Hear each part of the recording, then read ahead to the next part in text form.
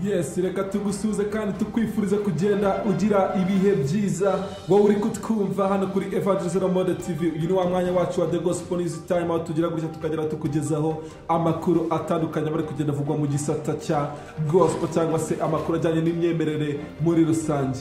Amakuru rero yacu uyu munsi reka banze nkubwire ingingo zigeze tugiye kwibandaho, aho tugiye guhera kuri Ishimwe Emeline uzwi nka Ishanga, aho yabatijwe mu mazi menshi. Mu yandi makuru turaza kubwira yuko umuhanzi Gabo Medali uzwi nka Medi yashinze urusengero.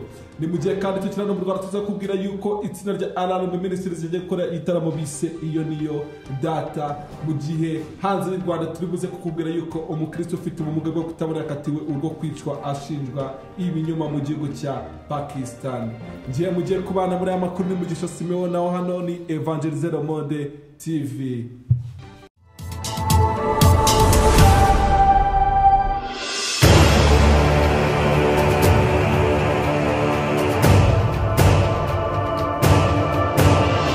Amakuru yacu reka tuyatangirire hano muri Rwanda, aho tunyandikira mu kinyamakuru igihe.com dusanga inkuru ivuga yuko Ishimwe Emeline yabatijwe mu mazi menshi akakira agakiza. Nyuma y'igihe agarukaho cyane ku mbuga nkoranyambaga zitandukanye, kwizera Emeline uzwi nka Ishanga yabatijwe mu mazi menshi, ndetse ashimira Imana yamukuye mu bibi kugeza abatizwe, ndetse ahamya ko atangiye urugendo rushya. Abinyujije ku mbuga nkoranyambaga, Emeline yasangije abamukurikira amafoto abatizwa, ahamya ko Imana yamurokoye ndetse arushaho kuyishimira. Mu magambo ya Emeline abatijwe kuwa 8 Ugushyingo 2025 yagize ati: ndabizi biragoye kubyiyumvisha, gusa niko biri.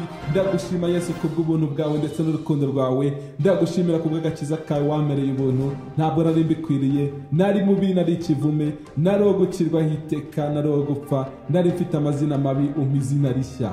Haleluya. Yifashishije amagambo aba mu ndirimbo z'abemera Imana, uyu mukobwa yakomeje agaragaza ko yishimira iyi ntambwe yateye mu buzima bwe.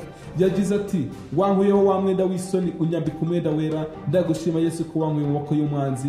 Ndashimira amaraso yawe igiciro cyinshi yanyegeje ibyaha byanjye. Ndashima umusaraba, ndashima yamba nziza, ariko cyane cyane ndashima umwami Yesu. Yakomeje yambaza umurongo muri Bibiliya ugaragara mu rwandiko Pawulo cy'Abakorinto ibice 5:17, aho Emeline yakomeje agira ati: umuntu wese yakiri muri Kristo ababaye icyaremwe gishya, ibya kera wabishize, dore byose babihindutse bishya, kandi umwanzi cyangwa iby'isi byose ntibizongera kuntera ubwoba ukundi.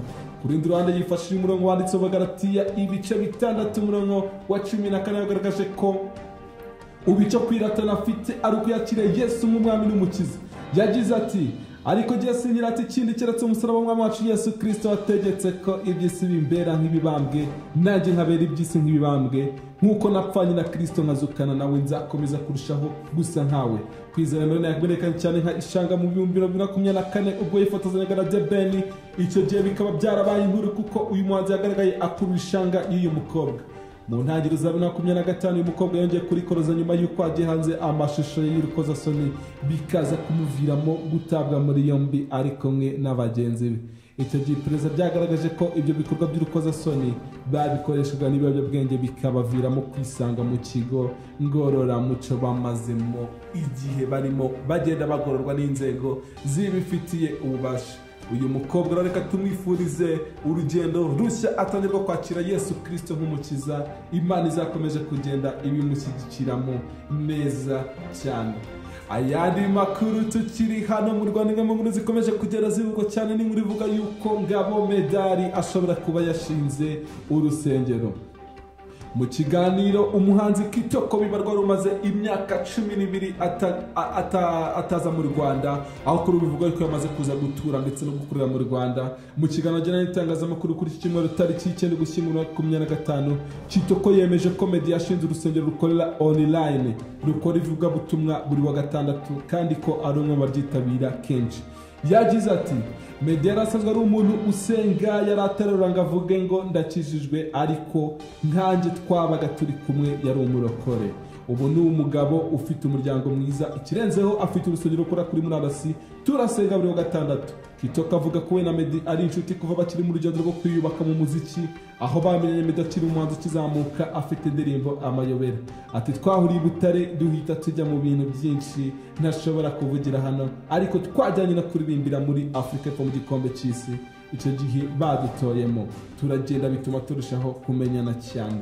Kuva icyo gihe ngo bakomeje kujyana n'ubucuti bwihariye, aho mu bihe bitandukanye Kitoko yagiye gusura Meddy muri Leta Zunze Ubumwe za Amerika, nawe akamugenderera mu Bwongereza. Atubaje abantu twakoranye indirimbo nagarura Meddy ni inshuti yanjye kurusha uko turi abahanzi, tuvugana hafi buri cyumweru, nzi ko bitakoroha ariko agarutse twakora igitaramo cyiza cyane. Kitoko yagarutse ku gutura mu Rwanda nyuma y'imyaka 12 azwi mu Bwongereza, aho yaragiye mu bikorwa by'ubuzima busanzwe n'umuziki ariko atakiboneka cyane mu ruhando rw'iwabo. Nguwo rero mugabo Meddy wamaze gushinga urusengero online, aho byitezwe yuko uyu muhanzi afite no gutera intambwe agashinga urusengero noneho rusanzwe, tukaba twabona Meddy afite itorero. Mu yandi makuru tukiri hano mu Rwanda, n'umuhanzi Aline Gahongayire mu nkuru dusanga muri Paradise.rwa uvuga yuko yatangiye ubukangurambaga bushya bugamije kurwanya no kwirinda indwara ya diyabete. Uyu muhanzi yatangaje nyuma yo kumara imyaka myinshi ayirwaye, aho ubukangurambaga bwatangiye mu Gushyingo 2025 buzahuza n'igihe isi yose yibanda ko kurwanya iyi ndwara, cyane ko iyi tariki ya 14 y'uku kwezi ari umunsi mpuzamahanga w'akarere kurwanya diyabete. Aline Gahongayire yavuze ko intego ye ari gukoresha impano n'ijwi bye mu kugira ngo ageze ku bantu ubutumwa bwo kumenya ndetse no kwirinda diyabete. Yavuze ko azifashishije imbuga nkoranyambaga ze kugira ngo aganirize abarwayi n'imiryango yabo, abatararwara abashishikariza kwisuzumisha hakiri kare. Yongeyeho ko iyi ndwara ishobora gutera ihungabana no kwiheba ku bayirwaye, ari nayo mpamvu abona ko bagomba kugira umuntu baganiriza kandi ubatera imbaraga. Aline Gahongayire yavuze ko amaze imyaka 25 ahanganye n'iyi ndwara, ndetse igihe kimwe abaganga bambwiye ko ashobora gucibwa akaguru, nyamara nyuma yo guhabwa ubuvuzi n'ubumenyi n'umuryango Bellevue washyizwe na Dr. Leonard Duwayo yabashije kwiyakira no kubaho neza. Uwo muryango wamuhaye amahugurwa ajyanye n'uburyo bwo kubana n'indwara ya diyabete, ndetse nyuma yo kurangiza amasomo yashyikirijwe impamyabumenyi isanzwe ihabwa abarwayi bigishijwe kubana neza n'iyi ndwara. Nyuma y'imyaka 25 arwana n'iyi ndwara yahisemo kudaheranwa n'agahinda, ahubwo yifuza gukoresha ubunararibonye bwe mu gufasha abandi kugira ngo bagire ubuzima bwiza. Ubutumwa bwe bushishikariza buri wese kumenya no kwirinda diyabete hakiri kare no kudacika intege mu rugendo rwo kubaho neza n'ubuzima bufite icyerekezo muri rusange. Nguwo rero Aline Gahongayire watangije ubukangurambaga bwo kugenda arwanya indwara ya diyabete. Mu makuru yacu n'ubundi tukiri hano mu Rwanda rero, tukiri hano mu Rwanda, reka tunyarukira mu kinyamakuru inyarwanda.com, ahari bivuga yuko Festival de Lokasi bagaritse kimwe bitaramo bari gukorera muri Canada. Mu gihe abatuye mu mujyi wa Winnipeg muri Canada bategereje kwakira isabwa rya Festival de Lokasi mu gitaramo cyari giteganijwe kuri wa gatandatu tariki 8 Gushyingo, byaje kurangira iki gitaramo gisubitswe ku munota wa nyuma, aho byari biteganyijwe ko igitaramo kiba kimwe mu bizarangiza uruzinduko rwabo rw'ibitaramo byanze y'u Rwanda rukubiyemo ibihugu byinshi byo muri Amerika ndetse no muri Canada. Abakunzi babo bari bamaze iminsi bafite amatsiko yo kubona abaramyi bamamaye mu ndirimbo nka Yebo Adonai na Ihema, ariko byose byahindutse mu kanya nk'ako guhumbya. Nk'uko bigaragara mu itangazo ryashyizwe hanze na MI Music mu ijoro ryo kuwa gatanu tariki 7 Ugushyingo 2025, iri tsinda ryafashe iki cyemezo nyuma yo gusuzuma neza ndetse no gusenga. Ni amagambo agaragaza ko atari ibiro byafashwe mu buryo bwihuse cyangwa bw'ikirere, ahubwo byabanjirijwe no gusaba Imana kuyobora inzira ikwiye. Itangazo ryabo bavuze ko impamvu nyamukuru y'agaruka ry'igitaramo bishingiye ku bari bateguye igitaramo bakabatumira. Bagize bati iki cyemezo cyafashwe nyuma yo gusenga no gusuzuma neza kubera ibibazo bya management byagaragaye hagati y'abari bashinzwe gutegura igitaramo. Nubwo bitubabaje, twahisemo kubahiriza agaciro zacu zo gukora ibintu mu bwitonzi ndetse n'ubunyangamugayo. Abo baramyi bazwiho gukunda no gukora ibintu biteguye neza, byuzuje ubuziranenge ndetse byubahiriza indangagaciro zivuga ubutumwa. Bavuze ko iki cyemezo cyane ngombwa kugira ngo ubwitange, ubuhanga n'ubunyangamugayo bwabo bikomeze kuba ishingiro ry'ibikorwa byabo muri rusange. Iri tsinda ryabwiye abafana babo ko babashimira ku rukundo n'ubufatanye kandi ko babasaba imbabazi ku mpinduka zidasanzwe zabaye. Bagize bati twifotoreje n'abafana bacu bose, abafatanyabikorwa n'abadushyigikiye bari biteguye kugira ubusabane bwo kuramya Imana hamwe natwe. Turabasaba imbabazi kandi dushima cyane uburyo mukomeje kudushyigikira no kudutega amatwi mu bihe nk'ibi. Abari bamaze kugura amatike bazasubizwa amafaranga yabo binyuze ku rubuga rwemewe cyangwa ku bantu bayaguriyeho. Nubwo Winnipeg tuzabona umwanya wihariye wo gusangira indirimbo zaba bombi Celestin na Dorcas ntibahagaritse gahunda zose. MI Music yatangaje ko kuwa 15 Gushyingo 2025 bazaririmba muri Edmonton, undi mujyi wa Canada, aho bazafatanya n'abakunzi babo gukomeza kuramya Imana. Mu magambo yuzuye ibyishimo baramyi bagize bati: nubwo tutazahurira i Winnipeg nk'uko twabiteganyaga, twishimiye gutagaza ko tuzabana n'umuryango wacu wo muri Edmonton. Turabatumira mwese muzaze dufatanye gusingiza izina rya Yesu. Basoje itangazo bisunga amagambo yo muri Bibiliya aboneka mu rwandiko Pawulo yandikiye Abaroma 8:28, aho bagize bati: twizera ko byose bizafatanyiriza hamwe kutuzanira ibyiza kubakunda Imana. Turashimira buri wese kubera amasengesho, kwihangana n'urukundo rutajegajega. Amakuru yacu rero muri tukirano mu kinyamakuru inyarwanda.com hari inkuru ivuga yuko itsinda rya Alanume Ministries rigiye kwizihiza imyaka 26 ry'ivuga butumwa mu gitaramo bise iyo niyo data.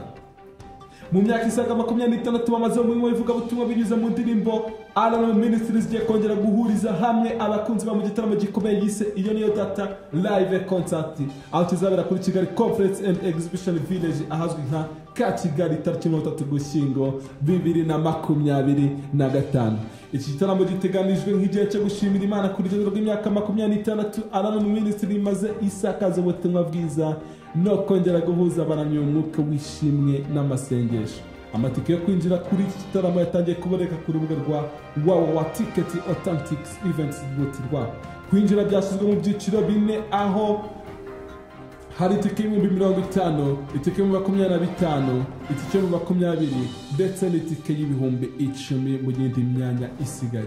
Iki gitaramo kizaba ari umwanya wo kwibuka urugendo rw'imyaka 26 Alanume Ministries imaze umurimo no gushimira Imana ko byo yabagejejeho. Hazarembwa indirimbo zabo zanyuze imitima y'Abanyarwanda kuva mu myaka y'2000 kugeza ubu, zirimo izibutsa urukundo, imbabazi n'ibyiringiro.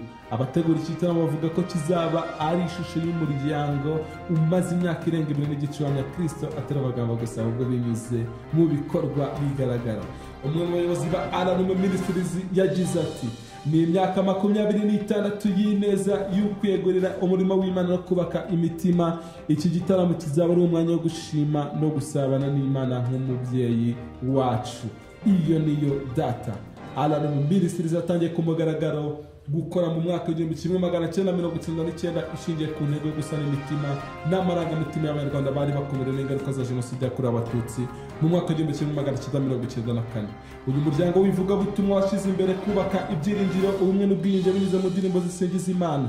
Mu mwaka wa 2007 Alanume Ministries yubatse inzego zayo z'ubuyobozi, hanyuma mu mwaka wa 2009 ihabwa ubuzima gatozi binyuze mu iteka rya Minisitiri nimero 119 z'ukwa 11 ryo kuwa 23/09.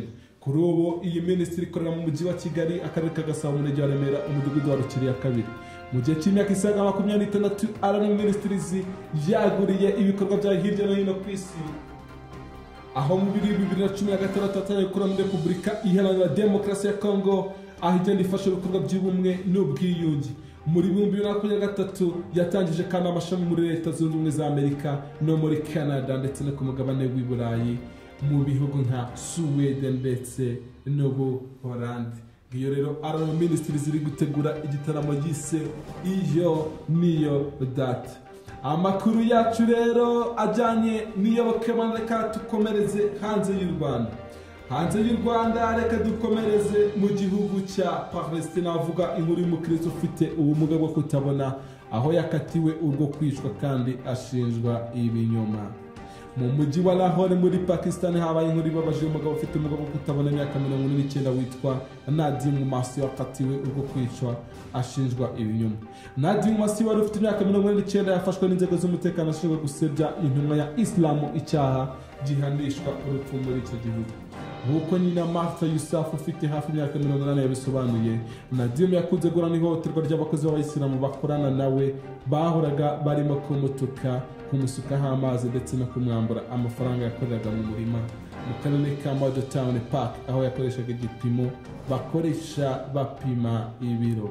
Uwamureze Wakas Mazali yasatsazwa amufitiye amadeni yanga kumwishyura, hanyuma aza kumutekera umutwe amutega umutego wo kumujyana kuri polisi bamushinja ibinyoma.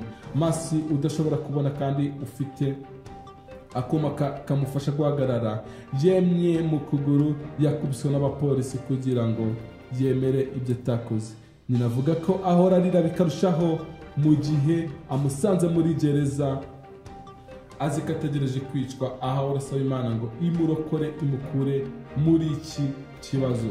Iyo nkuru rero yakomeje kugenda ibabaza abantu benshi, aho abaharanira uburenganzira bwa muntu barimo Human Rights Watch basaba ko Pakistan agarika gukoresha amategeko y'ivangura ndetse no guhanira icyaha cyo gusebya idini, kuko akomeje kwifashishwa mu guharabika ndetse no kwambura abakene no kuhohotera amadini atari ay'Abisilamu muri rusange. Amakuru yacu rero ni nangaha tuyasoreje, dukomeze kugira tukwifuriza kugira ibihe byiza ndetse tubasaba gukora share, subscribe ndetse na comment kuri iyi channel yacu ndetse ya Evangelizero Monde TV kugira ngo ibiganiro byacu bitandukanye ndetse na documentaire n'ibindi bijyanye n'igisata cy'iyobokamana byo bikomeza kugeraho 5/5. Bye bye, reka bifurize kugira amahoro y'Imana.